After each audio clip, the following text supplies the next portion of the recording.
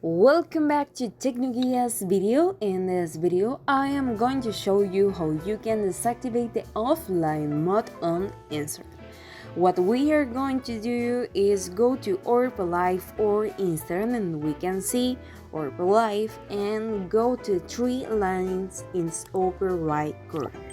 Here we can see so many options, but we interested is message and history replies. And we can see who can see your line. And here press the first option and press in button blue. All accounts you follow and anyone your message you see when you were last active or are currently active on Instagram apps.